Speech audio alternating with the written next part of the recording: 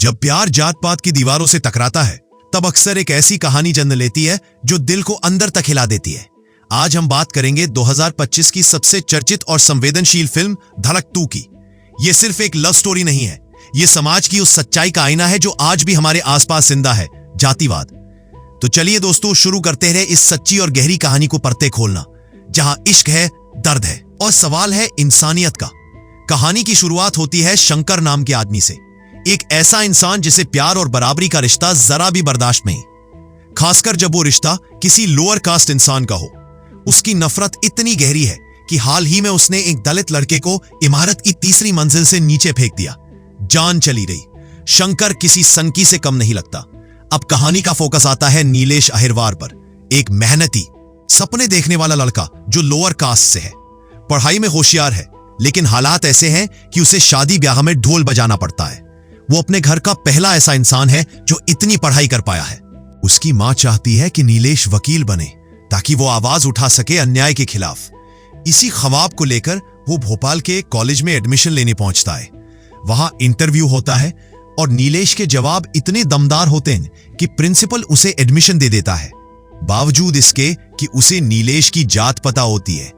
नीलेश को लगता है कि शायद अब सब कुछ बदल जाएगा, लेकिन क्लास में पहुंचते ही सच्चाई सामने आ जाती है। उसके साथ छात्र ठीक से पेश नहीं आते, उसे बाहरी और अलग समझते हैं। इसी कॉलेज में नीलेश की मुलाकात होती है विधि से, एक ब्राह्मण लड़की लेकिन बहुत खुले दिल वाली। नीलेश और विधि की मुलाकात इससे पहले एक शादी में भी हो चुकी थी, जहां नीलेश ढोल बजा रहा था।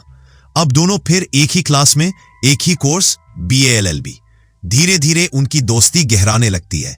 विधि नीलेश को कभी उसकी जात या स्थिति के हिसाब से नहीं देखती, वो उसके साथ एक सच्ची दोस्ती निभा रही है।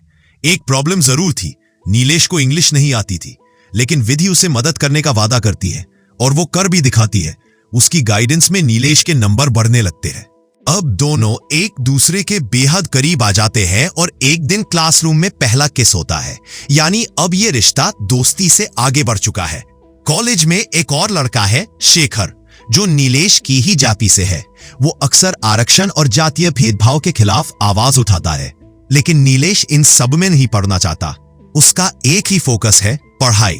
विद्या को नीलेश अपने पुराने दर्द भी बताता है। बिरजू, उसका कुत्ता, जिसे ऊंची जाति के लड़कों ने रेलवे ट्रैक पर बांधकर मार दिया था। उसी दिन उसने सीखा कि वकील बनकर ही वह इस सिस्टम से लड़ सकता है। अब विद्या की बहन की शादी होती है और वो नीलेश को इनवाइट करती है, लेकिन विद्या का कजिन रोनी उसे पसंद नहीं करता। शादी के दौरान नीलेश को बुरी तरह मारा जाता है, उसके ऊपर पेशाब तक कर दिया जाता है और धमकी दी जाती है अगर विद्या के पास दोबारा आया तो जान से मार देंगे। डरा सहमा नीलेश अब विद्या से दूर रहने लगता है, फोन उठाना बंद, कॉलेज आना बंद। एक दिन विद्या उसके घर आ जाती है, जवाब मांगती है, लेकिन नीलेश टूटे दिल से कहता है, हम दोनों की दुनिया बहुत अलग है। मेरी दुनिया इस झोपड़ी से शुरू होती है और यहीं खत्म हो जाती है। रौदी अब कॉलेज में नीलेश को बार बार टारगेट करता है। एक दिन तो झगड़ा इतना बढ़ जाता है कि प्रिंसिपल दोनों को अपने पिता को बुलाने का आदेश देता है। नीलेश अपने असली पिता को लाता है, जो स्टेज पर महिलाओं का रोल करके डांस करते हैं। वो प्रिंसिपल से कहते हैं, बस एक मौका और दीजिए मेरे बेटे को। नीलेश के पिता कॉलेज के बाहर होते हैं, तभी रोनी और उसके दोस्त आते हैं और उन्हें बुरी तरह बेइज्जत करते हैं, उनके कपड़े तक उतार देते हैं। इस घटना के बाद रोनी को सस्पेंड किया जाता है, लेकिन वो और भड़क जाता है। इस बीच शेखर आत्महत्या कर लेता है क्योंकि उसकी लड़ाई में कोई उसका साथ नहीं देता। अब नीलेश को एहसास होता है कि सिर्फ पढ़ने से कुछ नहीं होगा, आवाज उठानी भी जरूरी है। विधि के घरवालों ने शंकर को सुपारी दी होती है नीलेश को मारने की, लेकिन शंकर की जान नीलेश बचा लेता है और फिर खुद पर हुए हमले से बचकर लौटता है। अब नीलेश रोनी को सबक सिखाता है, घर जाकर सबके सामने, और विधि के पिता को भी सब सच्चाई सुना देता है, वो सब जो उन्होंने नीलेश के साथ किया था। आपने मुझे इंसान नहीं समझा, जाति से तौल दिया। विधि के पापा अब चुप नहीं रहते, वो विधि के चाचा को नीलेश पर गोली चलाने से रोक देते हैं।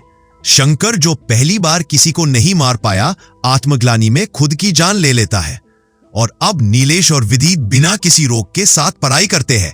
यहां तक कि रोनी भी अब दोस्त बन चुका होता है। तो दोस्तों, यह सिर्फ एक प्रेम कहानी नहीं बल्कि एक क्रांति की शुरुआत थी। एक लड़ाई उस सोच के खिलाफ जो इंसानों को जाति, नाम और हैसियत में तोलती है। ये कहानी हमें याद दिलाती है कि प्यार जात नहीं देखता, दिल देखता है, इंसानियत देखता है।